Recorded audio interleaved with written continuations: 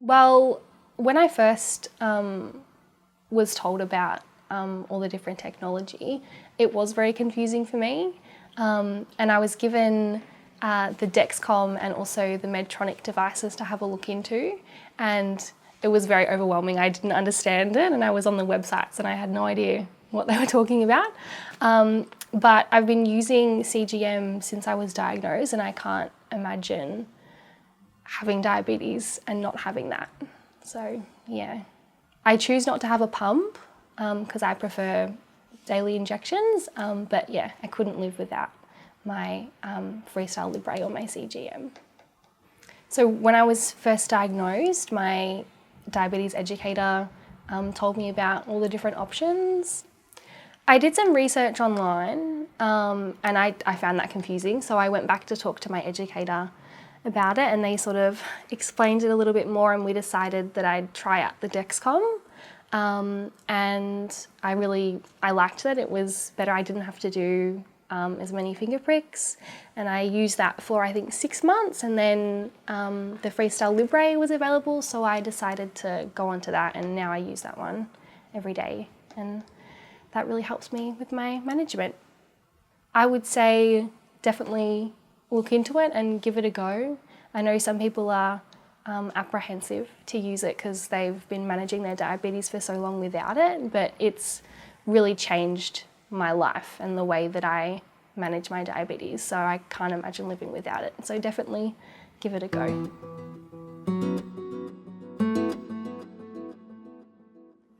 During my diabetes journey, I became aware of different choices and options for me to manage my diabetes. The different technology choices were initially a bit confusing and overwhelming. Diabetes technology includes devices for how we monitor our glucose levels and also for how we deliver our insulin. I'm going to explain a little bit about the main types of diabetes technology. Glucose meters have been available for nearly 50 years and come in all shapes and sizes. Some have more bells and whistles than others. If you have type 1 diabetes, you need to have a meter that can check for ketones. Chat to your diabetes educator if you'd like to find out more about which meters are right for you. Continuous glucose monitoring is a way to measure your glucose levels continually. Patterns and trends in glucose levels throughout the day and night can be seen. Some of the benefits of CGM are that it can be programmed to sound alarms if glucose levels go above or below your target range. You don't need to do as many finger pricks, but there are still times when finger pricks are needed. You can see what your glucose levels are 24 hours a day. Some devices connect to insulin pumps via Bluetooth. Some devices can share the data with up to 5 people via a smartphone app. All people with type 1 diabetes are eligible for subsidised CGM access through the NDSS, so make sure you see what you're eligible for. Now I'll talk a little bit about insulin pumps. An insulin pump is a small electronic device that holds a reserve of insulin. It's about the size of a mobile phone and is worn 24 hours a day outside of the body. Insulin pumps deliver insulin into the body through thin plastic tubing known as the infusion set.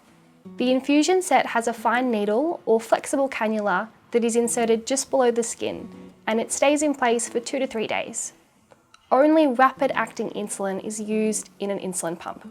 Whenever food is eaten, the pump delivers a surge or bolus of insulin. This is similar to the way that the pancreas does in people who do not have diabetes. Between meals, small and steady amounts of insulin are delivered continuously. Many insulin pumps available now use hybrid closed-loop technology when you also use a CGM. These pumps can automatically adjust some of your insulin based on the glucose information coming from your CGM. Pump prices range from $8,500 to $10,000, so check to see if you're eligible for private health rebates or any other subsidies. People with diabetes need to remember one size doesn't fit all, and finding the right technology for you to manage your diabetes can take time and experimentation. Using technology to help manage your diabetes does not replace actively managing your diabetes every day. Technology is not a set and forget. Making any change to the way that you manage your diabetes can be scary and confronting, so try not to get too overwhelmed with the options.